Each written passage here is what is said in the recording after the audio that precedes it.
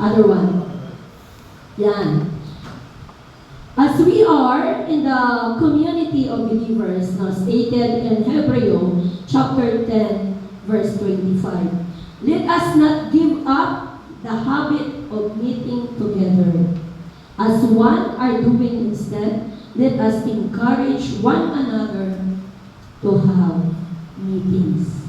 Sa community, napakapalad natin, di ba? Tuesday, my household. What I mean is prayer meeting. The other day, schedule ng household. Every Tuesday of the month, mayroong prayer meeting. Maliban doon, mayroon pang mga seminars. Okay? Hindi na po tayo nalalayo doon sa tinatawag nating inspirasyon natin na patuloy na mag-serve sa Panginoon. Ako kasi ang reason kung bakit paano mo nagagawa ng time? Actually, ako po ay under time. Tapos, nung unang bago-bago po ako sa community, napakalaking suliranin sa akin ang oras. No, bilang teacher, ang out namin sa school, 7 o'clock ng gabi. So, nung una, struggle po ako doon. Kasi, of course, magpapaalam ka sa head mo. There are times na pinatawag ako ng principal's office dahil nakita every Tuesday, under time ako. It's habitual. Ang labas kasi every Tuesday, di po ba? And mabuti na lang ang aking head ay on my back. Sir, kaya po yan nag-under time kasi may prayer meeting sila. Hindi na sumagot ng principal.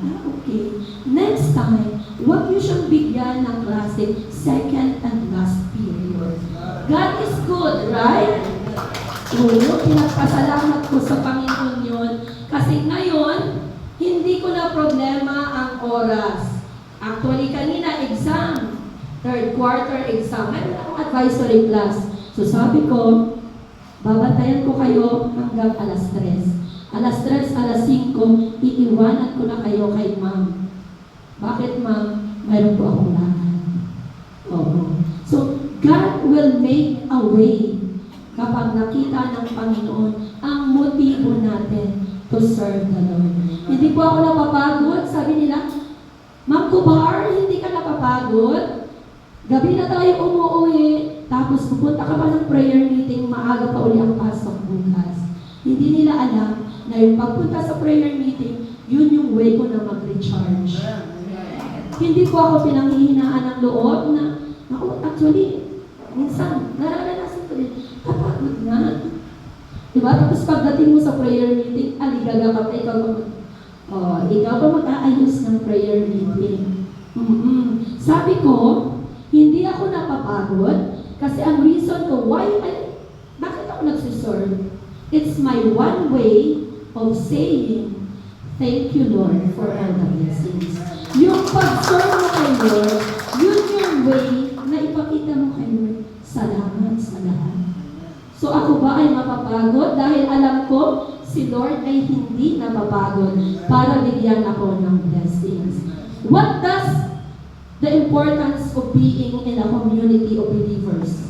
Like pag-ibig sa Diyos. No, we gather to know God and to make Him known.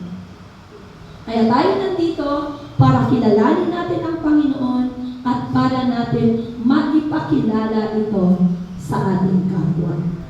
We need each other to help us live life that reflect Christ so that our lives will witness to Christ before even to say the word.